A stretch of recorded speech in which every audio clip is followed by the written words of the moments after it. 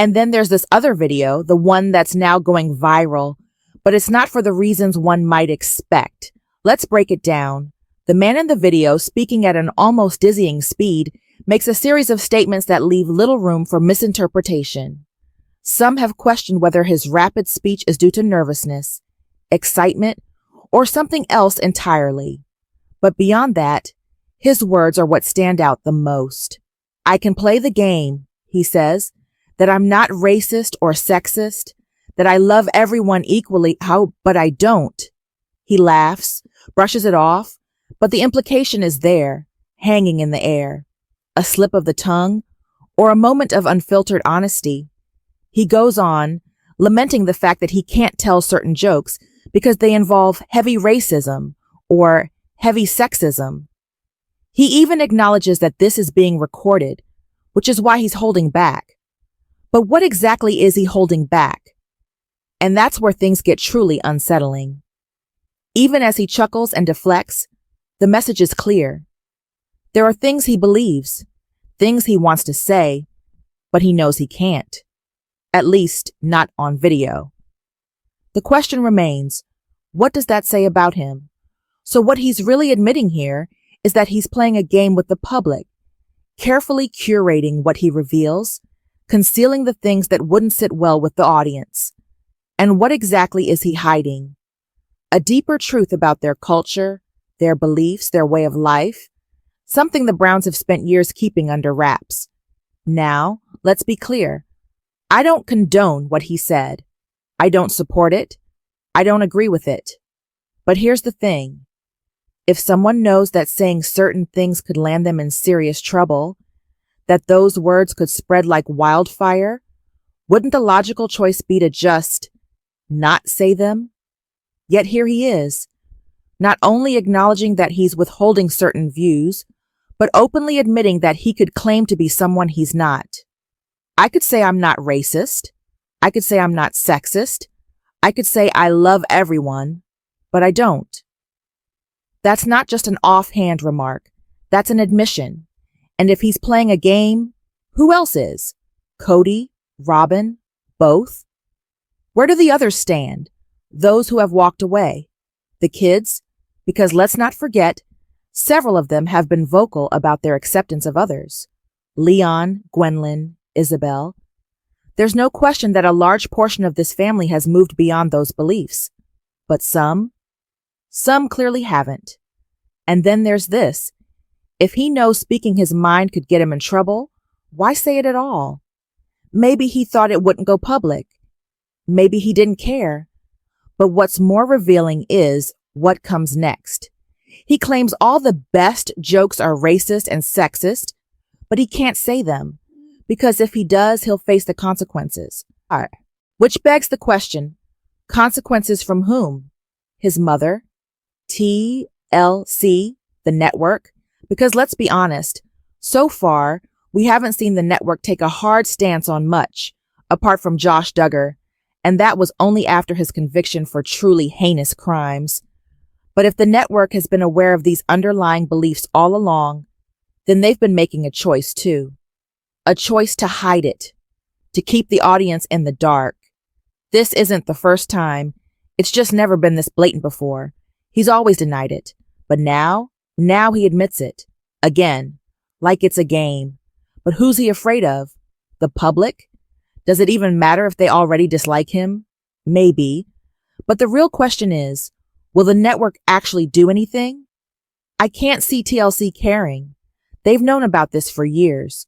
And no, that doesn't make it right. That doesn't justify their silence. TLC only seems to act when there's no other choice, when the law forces their hand. Look at Jeffrey Paschel from 90 Day Fiancé. He remained on the show until he was physically put behind bars. Only then, when there was no way to ignore it, did they take action. He's serving 15 years now. But this isn't about the law. It's about deception. He openly admits to lying, to manipulating, to playing the public like pieces on a board. So tell me, how am I supposed to believe a single word he says? How can anyone, if he's just another Kody, hiding behind an image carefully crafted for the show, Why should we trust anything that comes out of his mouth? And then there's Gwendolyn, his sister. She's spoken out, told the truth, and what did she get in return? Backlash. Every time she's called him out, labeled him racist, sexist, homophobic, he runs to the public with a well-rehearsed speech. No, I'm not. I love everyone. I accept everyone. I have nothing against anyone. And just like that, the gaslighting begins. He warps the narrative, flips the script, makes her look like the unstable one. It's textbook, and it's disturbingly familiar. It's what his father does. If you are what you say you are, then own it. Stop hiding. Stop lying. Stop twisting the truth and using your own sister as a scapegoat. Because here's the thing. Gwendolyn has already made her choice. Years ago, she said there was no future with him, no relationship to salvage. She swore she would never be in the same room with him again. And why? Because, in her words, he is the most violent, the most abusive person in their family. That's what she said. And she didn't say it lightly. So when she calls him out, when she exposes his truth, and he scrambles to deny it, who do you believe? Now, I find myself believing her. When she says this about Paedon, I actually believe it. Maybe I even believe Robyn when she suggests Paedon bullied some of her kids. Is it really that hard to imagine? A towering figure, 6'6", 6'7", being an imposing force? Even a bully? No, it's not far-fetched at all. I always hold out hope. Hope that anyone who escapes that culture, that cult, can have a moment of realization, whether it's a come-to-Jesus moment or simply waking up to the real world, that they'll understand what they were taught isn't fact, that it's okay, even freeing, to accept others. The more you embrace different people, the more you grow. And honestly, men who refuse to let go of that toxic mindset, they often turn out to be deeply insecure, narcissistic, even abusive. So maybe Paedon is just like his father. I've heard it for years.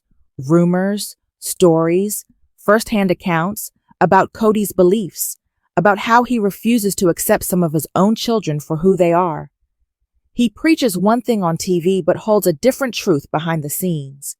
And now, looking at Paedon, I see the same pattern.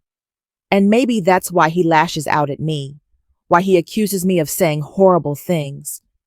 Maybe it's not really about me at all. Maybe he just can't stand looking in the mirror.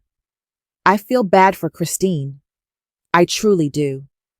She's worked so hard to grow, to unlearn, to see the world for what it is, rather than what she was told it should be.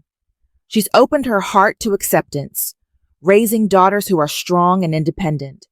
But Paedon is a storm she can't control. She loves him. Of course she does. He's her son. But love doesn't make him any less destructive. And then there's Gwendolyn, his other siblings, the people he's hurt, the ones he still hurts. And now, here we are. He accuses. He points fingers. He calls me names. But maybe, just maybe, he's the one afraid of the truth. And if he keeps this up, will the network finally step in? Or will they look the other way? Time will tell.